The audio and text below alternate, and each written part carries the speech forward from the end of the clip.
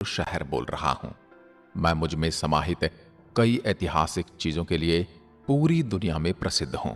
मुझे राजस्थान का पूर्वी प्रवेश द्वार और पक्षियों का स्वर्ग, राजस्थान का पूर्वी सिंह द्वार आदि उपनामों से जाना जाता है। भरतपुर आज आपको मेरे पूरे शहर के मंदिरों, ऐतिहासिक स्थलों, किलों और मुझ में समाहित केवला देव वन्य अभयारण्य के बारे में बताने वाला हूं।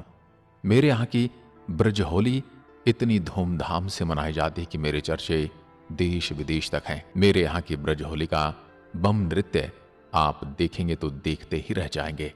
मेरे यहाँ के बच्चे, महिलाओं से लेकर मेरे शहर के बूढ़े बुजुर्ग भी अपना रंग जमाते हैं। मैं राजस्थान की सुंदर रंग बिरंगी संस्कृति के लिए जाना जाता हूं।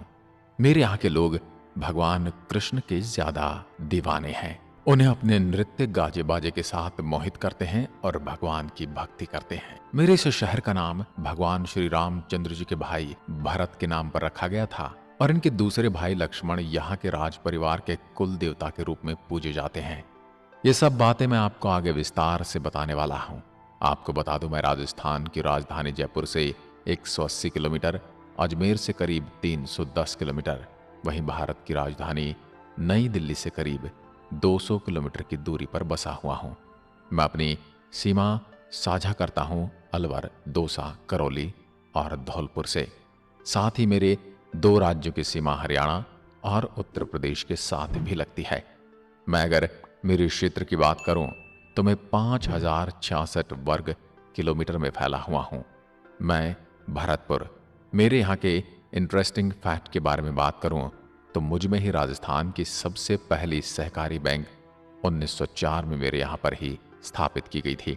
राजस्थान का प्रथम सौर ऊर्जा चलित मिल्क प्लांट भी मेरे ही शहर में है।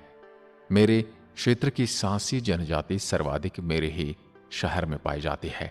मेरे यहाँ के लोगों का पहनावा रंग रंगीला है। सदियां बीत जाने के बाद भी यहाँ की वेशभूषा अपनी पहचान बनाए हुए है। पुरुष पोशाक में पगड़ी, अंगरखा, धोतिया, पजामा, कमरबंद या पटका शामिल करते हैं और महिलाओं की पोशाक में घाघरा, जिसे लंबी स्कर्ट भी कहा जाता है, कुर्ती या चोली और ओढ़नी भी शामिल है। रेलवे वैगन बनाने वाली संस्था मेरे शहर स्थित सिमको में है। आपको बता दूं, मेरे इस शहर की स्थापना राज्य के मालवा डिब्बे तैयार करने के उद्देश्य से 31 जनवरी 1957 में की गई थी। राष्ट्रीय सरसों अनुसंधान केंद्र भी मेरे ही नगर सेवर में स्थित है, जिसकी स्थापना 20 अक्टूबर 1993 को भारतीय कृषि अनुसंधान केंद्र द्वारा की गई थी। अब मैं आपको थोड़ा मेरे पुराने इतिहास के बारे में भी बता देता हूँ। मेरी स्थापना जाट शासक राजा सूरजमल ने की थी और मेरे यहाँ जाटों का गढ़ हुआ करता था। मेरे यहाँ के मंदिर, महल व किले जाटों की कला कौशल को आज भी प्रत्यक्ष दर्शाते हैं। मैं आगरा से 55 किलोमीटर पश्चिम में स्थित हूँ।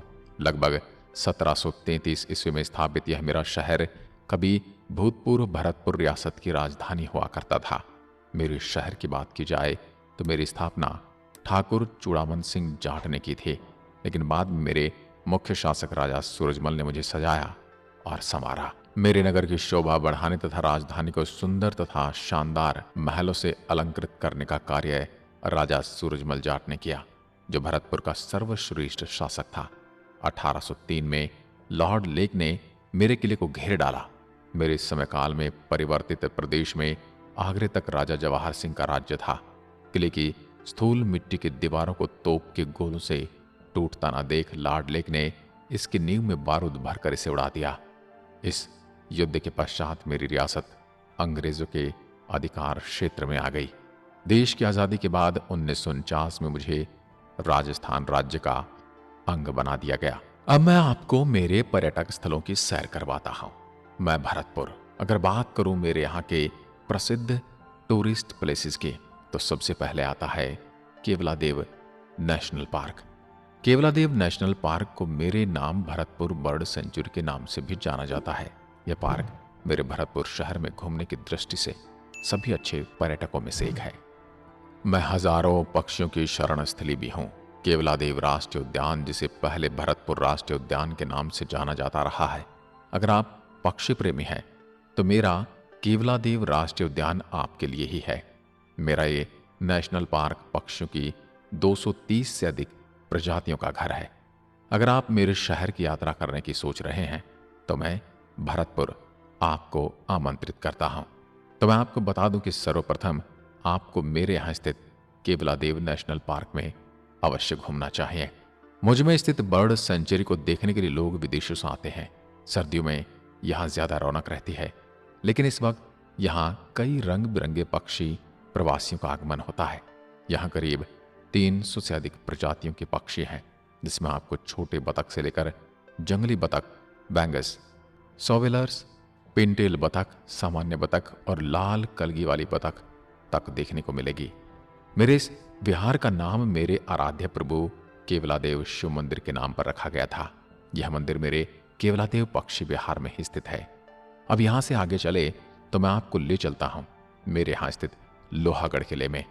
मेरा यह किला राजस्थान का एक प्रमुख किला है जो बिल्कुल अपने नाम पर खरा उतरता है। मेरा यह किला कई आक्रमणकारियों के हमलों से जूझता रहा। मेरे इस किले का निर्माण मेरे यहाँ के जाट शासकों ने करवाया था।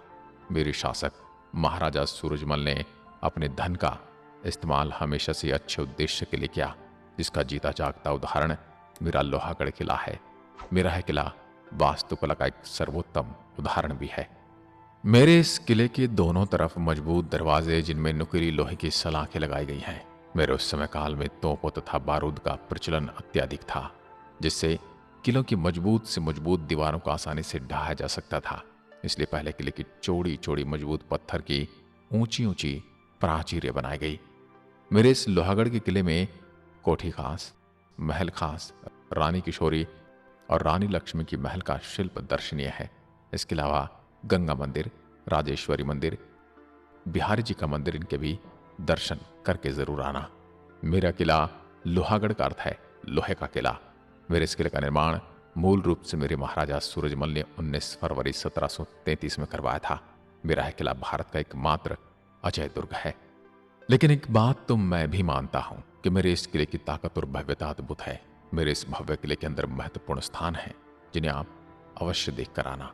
मेरे महाराजा सूरजमल ने मुगलों और अंग्रेजों पर अपनी जीत की याद में किले के अंदर जवाहर बुर्ज और फतेह बुर्ज बनवाए थे। यहाँ अष्टधातु से निर्मित एक द्वार भी है जिसमें हाथियों के विशाल चित्र बने हुए हैं। वर्तमान में मेरे इस किले का अधिकांश हिस्सा सरकारी कार्यालयों और एक म्यूजियम ने ले लिया है। मेरा किला अपनी सुंदरता से मेरे दर्शकों को काफी आकर्षित करता है। अब आपको लिए चलता हूं गंगा महारानी मंदिर। यह मंदिर मेरे शहर का सबसे सुंदर मंदिर है। वास्तुकला का अद्भुत नमूना राजपूत, मुगल और दक्षिण भारतीय शैली का सुंदर मिश्रण गंगा महारानी मंदिर का निर्माण मेरे पूर्व शासक महाराजा बलवंत सिंह ने करवाया था। मंदिर की दीवारें और खंभों पर की गई बारीक और सुंदर नक्काशी दर्शनीय है, जिसे आप अवश्य देखना। मेरे इस मंदिर को पूरा होने में 91 वर्ष का समय लगा था। यहाँ पूरे देश तथा विदेशों से हजारों श्रद्धालु दर्शन करने आते हैं। केवल श्रद्धा की दृष्टि से ही नहीं, बल्कि अपने अद्भुत वास्तुशिल्प के कारण भी यह मंदिर लोगों को आकर्षित करता है। देवी गंगा की मूर्ति के अलावा मेरे इस मंदिर में मगरमच्छ की एक विशाल मूर्ति है, जिन्हें देवी गंगा का वाहन भी माना जाता है। हर साल भक्त हरिद्वार से गंगा जल लाकर देवी के चरणों के पास रखे विशाल रजत पात्र में डालते हैं।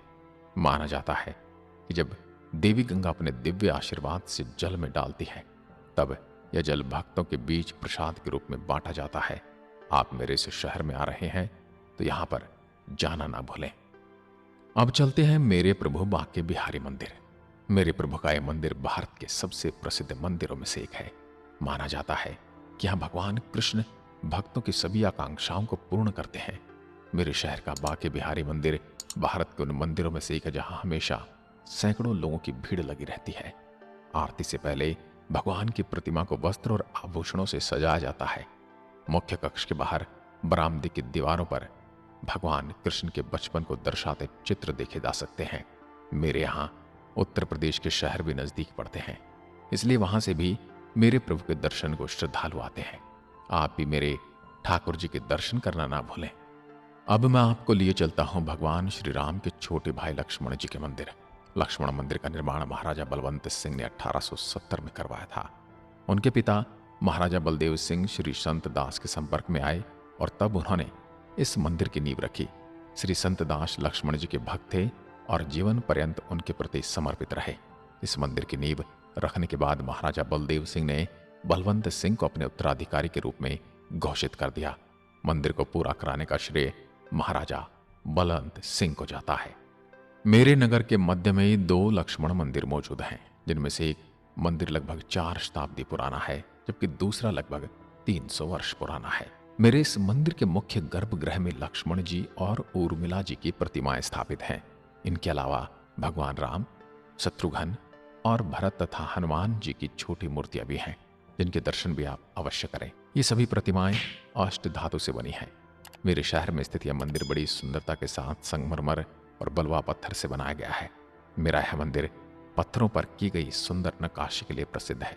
अब आपको ले चलता हूं डीग के महल और डीग के किला में।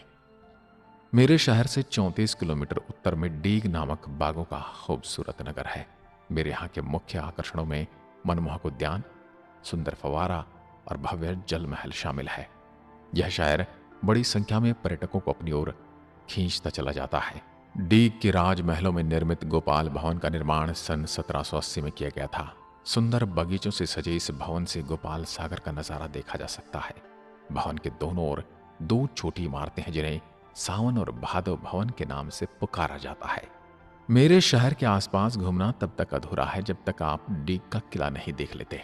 मेरे परम प्रतापी राजा सूरजमल ने इस किले का निर्माण कुछ ऊंचाई पर करवाया था।